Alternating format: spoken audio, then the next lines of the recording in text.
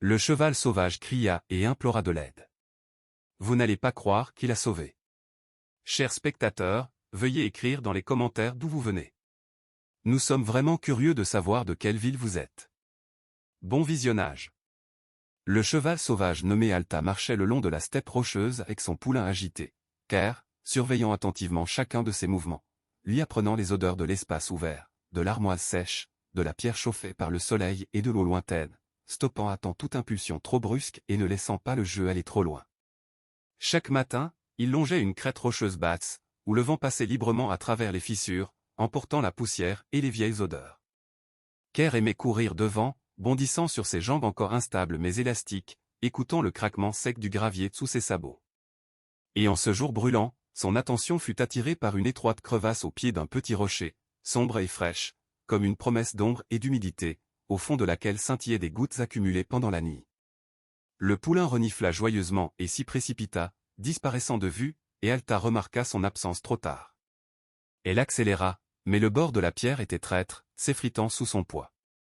Ses pattes avant glissèrent, sa poitrine heurta la paroi froide, l'air quitta ses poumons, et tout son corps se retrouva lourdement coincé dans la crevasse étroite, coincé entre les parois dures, où il était impossible de se retourner ou de s'appuyer. Chaque mouvement brusque pressait encore plus ses épaules et ses flancs contre la pierre, usant sa fourrure jusqu'à la peau et provoquant une douleur sourde et croissante. Sa respiration devint saccadée, avec de courts halètements convulsifs, résonnant dans la crevasse, comme si la roche elle-même respirait avec elle. Ker se tenait au-dessus, sur un rebord, tremblant de tout son corps. Son faible hennissement résonnait entre les pierres. Quelques chevaux du troupeau apparurent à proximité, s'arrêtèrent, reniflèrent prudemment l'air, leurs oreilles dirigées vers le rocher, mais leur corps était déjà tourné ailleurs, et en un instant ils partirent sans se retourner. L'instinct d'éviter les pièges et l'odeur de l'impuissance s'avérèrent plus forts que le souvenir du lien familial. Le soleil monta plus haut, chauffant la roche. La pierre sous ses flancs devint brûlante, l'ombre se retira lentement, laissant Alta sous les rayons directs.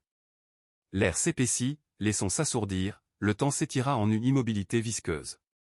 Alta se mit à tressaillir moins souvent, ses forces déclinèrent, chaque respiration devint plus lourde que la précédente, et à un moment donné, elle comprit que la lutte ne faisait qu'accélérer la faim. Alors elle se figea, pressa sa joue contre la crevasse froide et regarda simplement vers le haut, là où se trouvait Ker.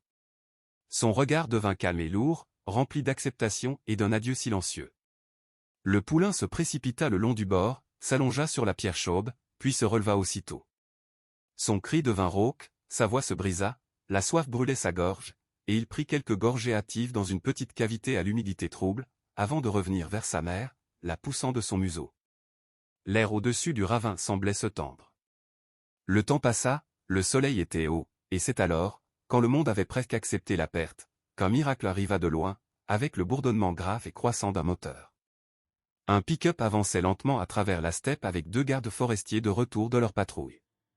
Ker entendit le bruit, dressa les oreilles, se figea une seconde, comme s'il hésitait, puis rassembla tout son courage fragile et se précipita droit vers la trace des roues, se plaçant devant le véhicule. La poussière s'accrochait à ses jambes, mais il ne recula pas, regardant droit à travers le pare-brise. Le conducteur freina brusquement, le second ouvrit la porte, et lorsque le poulain renifla, se retourna et repartit au galop, jetant des regards en arrière, les hommes comprirent qu'il les appelait à le suivre. Arrivés au rocher, ils évaluèrent rapidement la situation, la largeur de la fissure, la stabilité de la roche, le risque d'effondrement, la direction du vent et la voie d'évacuation. Ils agirent avec prudence et précision. Ils utilisèrent une sédation afin d'éviter la panique et d'empêcher Alta de s'étouffer dans sa lutte.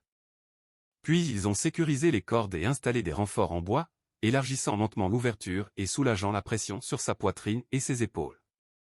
Le rocher a craqué doucement, la poussière est tombée, mais chaque centimètre était désormais un pas vers la vie. La corde s'est tendue, le moteur a grondé sourdement, et centimètre par centimètre, le corps d'Alta a été libéré du piège de pierre jusqu'à ce qu'elle glisse enfin sur le sol plat et s'effondre sur le côté. Sa respiration était faible, mais régulière. Ker a accouru, a touché son museau avec son nez, s'est blotti contre elle et s'est couché à ses côtés. Son corps tremblait, mais il ne s'est pas éloigné. Les rangers ont humidifié ses lèvres avec de l'eau, vérifié sa respiration et son pouls, laissé de l'herbe fraîche à proximité, puis se sont reculés pour observer à distance. Le vent apportait de la fraîcheur. Alta a pris une profonde inspiration, ses paupières ont frémi, elle a ouvert les yeux et vu le poulain, a renâclé doucement, et dans ce son il y avait plus de vie que dans n'importe quel mouvement. Ker a répondu par un petit son joyeux. Il a fallu du temps avant qu'Alta puisse se relever. Elle est restée longtemps debout, les jambes écartées, à écouter son corps, à vérifier chaque muscle.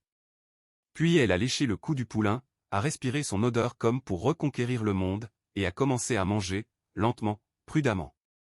Le soleil s'adoucissait, les ombres s'allongeaient. Quand la faiblesse a finalement disparu, Alta a doucement poussé Ker, et ils sont partis, d'abord lentement, puis avec plus d'assurance, contournant les rochers, montant et descendant les sentiers familiers, s'arrêtant plusieurs fois pour reprendre leur souffle, jusqu'à ce que les silhouettes du troupeau apparaissent devant eux. Les chevaux ont dressé les oreilles, levé la tête, reconnu l'odeur et répondu par de doux hennissements. Alta et Ker se sont approchés, se sont fondus dans le mouvement, et la tension de la journée s'est dissoute dans le rythme partagé de leurs pas.